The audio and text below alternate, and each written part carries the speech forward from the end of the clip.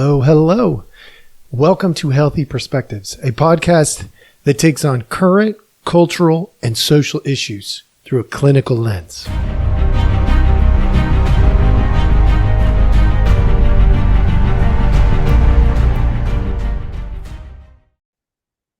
Hello, hello. Welcome back for those of you who are joining us for the second, third, or 263rd time. If you are brand new to the podcast, I appreciate your time. We will try to make sure that we use your time wisely, that we know that you have limited time, energy, and resources. So we will get right after it. Today, we got questions for Jeremiah. This one's going to be very different. This is our 10th episode, and this is the first time that this kind of question has occurred. And so without further ado, I'm going to read you the question, and then I'm going to, I've got to look up some stuff for you. But it says, I noticed you're pretty active on Twitter, which I have been lately. Look, there's all these different platforms that we go to for whatever reason. We tend to go to one more than the other at different times and whatnot. I am active on Twitter. I'm active on Facebook. I'm more active on Twitter right now than I am Facebook, because frankly, the Facebook stuff didn't really explode or anything. And Twitter allows me the opportunity to, explore around more rapidly than Facebook does. And so, I just like the efficiency of it. That being said, the question goes on. I saw a stream you commented on about the Biden impeachment process. Can you expand on this in your podcast? Now, why is today different than most of the other questions that we've addressed? Well, this one's not directly mental health related, but we are about healthy perspectives. So I wanted to go ahead and address this and just see where it takes us. Hopefully this is something that you enjoy this, as well as is informative, helpful, that kind of a thing. So let's start with giving you some details. I don't know these people. I was interacting on Twitter with ACYN. I don't know who that is. I've actually got it right here in front of me, so I'm going to go ahead and refer to it. It's about the Collins interview with Mace. It says, Collins, isn't it supposed to be the evidence that leads you to pursue an impeachment inquiry? And the response was that by Mace, that's what the inquiry is for, to get more evidence. Now, I listened and watched the little video. I'm going to go into a little bit about, obviously, okay. So okay, this is the funny part. What the reporter is saying is the doubtful piece. Aren't you supposed to have a bunch of evidence before you impeach? And the response being that's what the inquiry is for. Both of these could actually be correct. So it was intriguing to me because I was like, yeah, no, both of those things are correct. Why do I know that? Because sometimes the process of impeachment opens up certain doors. So I commented. My comment was this.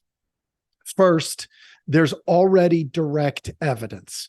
So we have direct evidence. Is it going to be sufficient to hold up in the court of law? We don't know. It hasn't been tested in the court of law. So we don't know, but we do know we have direct evidence.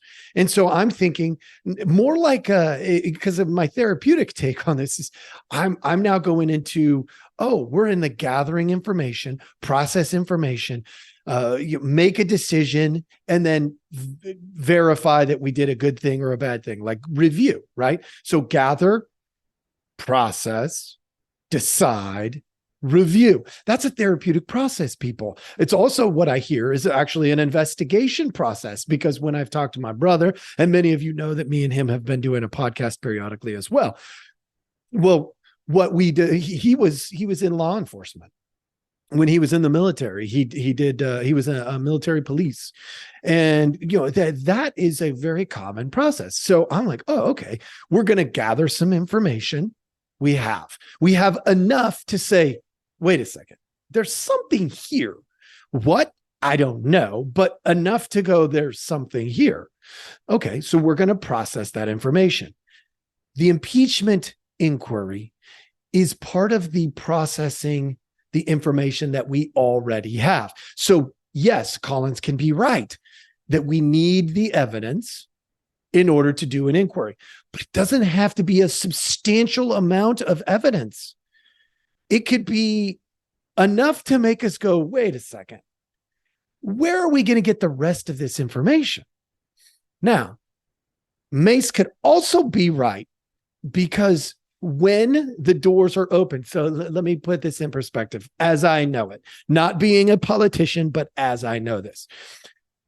Mace could also be right because when you open an impeachment inquiry, there's certain things. So, okay, let's say that all of the records for Joe Biden and his potential corruption is what they're saying.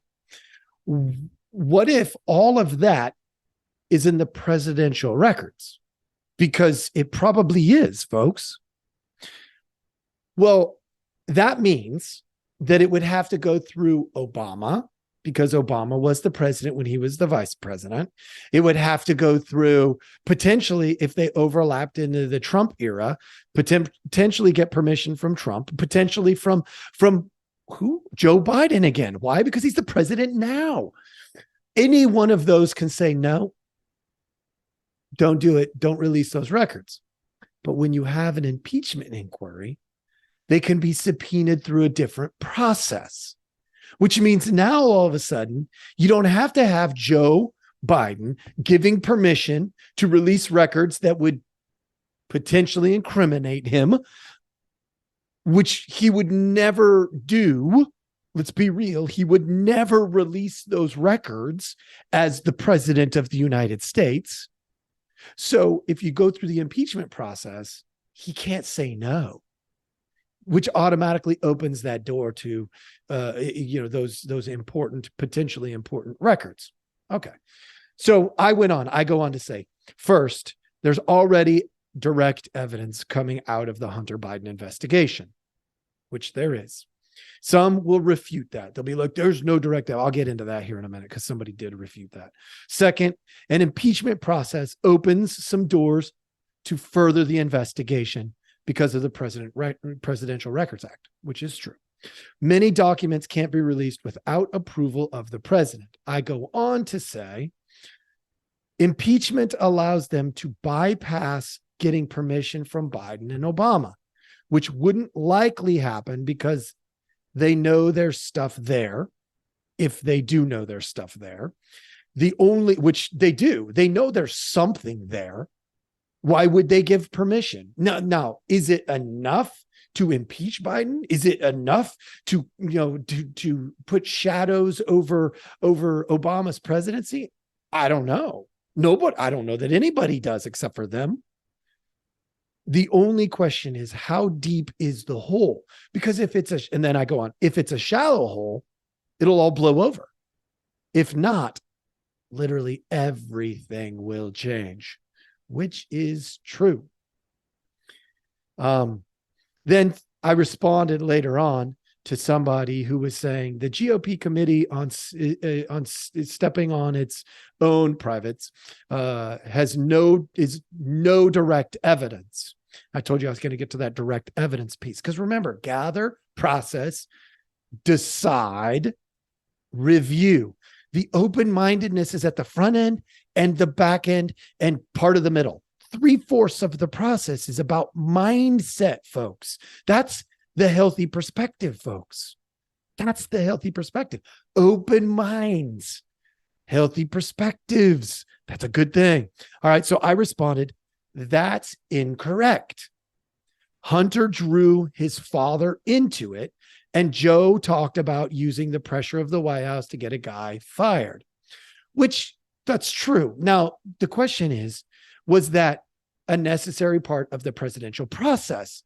Because if Obama is making that call, it's very different than if Joe Biden is making that call. And not only that, it's very different if there's a transaction going on that's going to benefit Joe Biden if he forces that issue.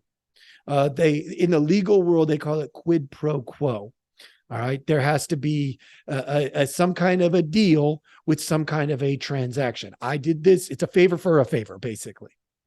Now, I'm not a lawyer, so go look that up if you want, but that's what it means. You're going to find out what I just told you is true.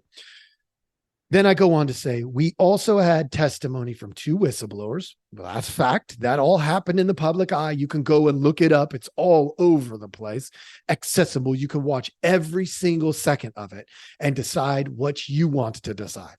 It's definitely enough to require more investigation and transparency. I think that's a reasonable response. Why? Because it's a healthy perspective. It's not unhealthy to think, a little bit of skepticism about what's been going on. It's probably not bad in this situation. Then somebody responds to me. This is just listen to this timeline. It's getting kind of interesting to me, right? Good God, they said. This was dishonest BS in 2019, and it's several times as dishonest in 2023. The European Union also wanted Shokin fired for failing to pursue corruption at the same time. That may be true. Folks, you could go look that stuff up. That doesn't mean it wasn't corrupt. But what the European Union wants, that doesn't mean that Joe Biden wasn't getting a side deal. They could want the same thing and Joe Biden could still be corrupt. They could want different things and Joe Biden could be innocent. I mean, that is, to me, an unhealthy perspective because it's just slinging mud. Then it goes, the GOP Senate agreed that Biden did not seek Shokin's removal to help his son. That I haven't seen yet. Now, I've heard about this, but I haven't found anything on the GOP Senate agreeing to Biden. There's no evidence provided. There's no link or anything like that, but that's fine. Whatever. Okay, let's assume that's true.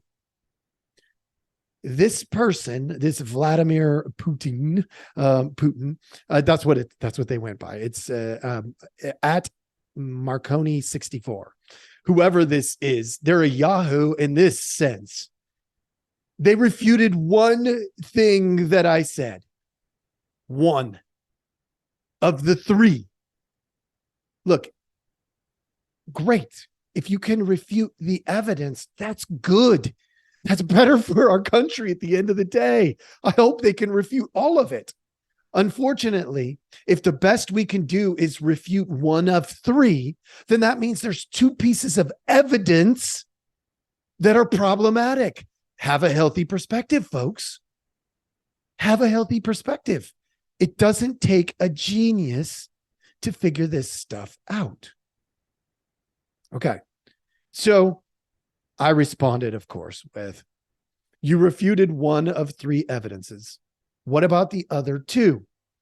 And then, because somebody comes in completely uninformed, and I don't like that, I got a little bit on the snappy side. I know that, and I actually did it on purpose because I'm trying to spur a little bit, not of emotion.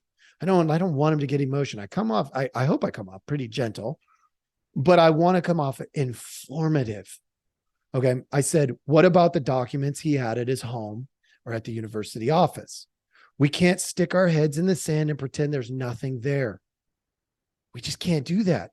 If you, the audience, choose to do that, you're not too bright. You're not using healthy perspectives. So you've got to engage, folks, in meaningful, healthy, helpful ways. And look, I know what's going to happen here. They're going to come back and they're going to say, well, they returned the documents. It doesn't matter. It's still a breach of confidentiality. It's still illegal. And when you're not the president, you can't take a confidential record and do anything with it. You have to, matter of fact, from what I hear, the vast majority of the people who look at confidential records. Now, he was the vice president. He may have had some access at that time, but he still probably should have kept all confidential records in the safest place ever, where they check in phones, where they don't let the documents out. Like they have a space to go review all this stuff. And you definitely don't keep boxes of them in a garage. And you definitely don't keep them at a university where others can access them. So no matter what, but they're going to probably come back and they're going to probably focus on the documents, ignoring what? Most likely, I don't know. I'm taking a guess because I've just seen these things play out. So maybe I hope I'm wrong. What they're not going to do is address the whistleblowers, most likely. And what they're probably not going to do is address the reality that we should be more transparent. That transparency is a good thing, not a bad thing in a situation where there's a lot of questions like this. Remember, I don't know how it's going to play out yet. We'll find out. But what I do know is this. If you're not gathering information, processing that information, in other words, challenging both angles of it, right? Matter of fact, there's another angle I can see them going. Oh, well, Trump, da, da, da, da, da, da. Like, look, that's a garbage response. It's not healthy. Why? Because in processing information, process the actual information. Don't ignore the information that doesn't fit your narrative. That's not healthy, folks. So when I look at this question, can you expand on it in the podcast? Yeah, I just did. We'll see where it comes, where it comes out. I don't know. But what I'm trying to do from where I sit as a counselor, as a counselor trying to encourage healthy perspective, I'm trying to, in that kind of forum, take a pretty hard line to say, think. Why? Because gathering information, processing the information, then making a decision, and then opening your mind to the possibility that you're wrong still is the healthy perspective. Now, am I right on all this? I don't know, folks. What I do know is that I'm thoughtful on all of this. I am thoughtful because what I'm doing is asking questions, not so much dictating what I think you ought to believe. And when we ask appropriate, healthy questions, well, generally speaking, we get to a healthier perspective, folks. Hey, thanks for this question. I definitely appreciate it. It's different than the other questions that I've been getting. And it allowed me to step into the political arena a little bit while maintaining my clinical perspective. So definitely appreciate that. Thank you all so much for listening. Please, you can find me on Twitter. Let's see, it's HP Honest Views. HP Honest Views. It's at HP Honest Views on Twitter. Look, it's all that stuff's in the link. You can go to the podcast link and find me. I don't do everything right, folks, but here we're trying to make healthy perspectives. Appreciate you joining us. Have a good one.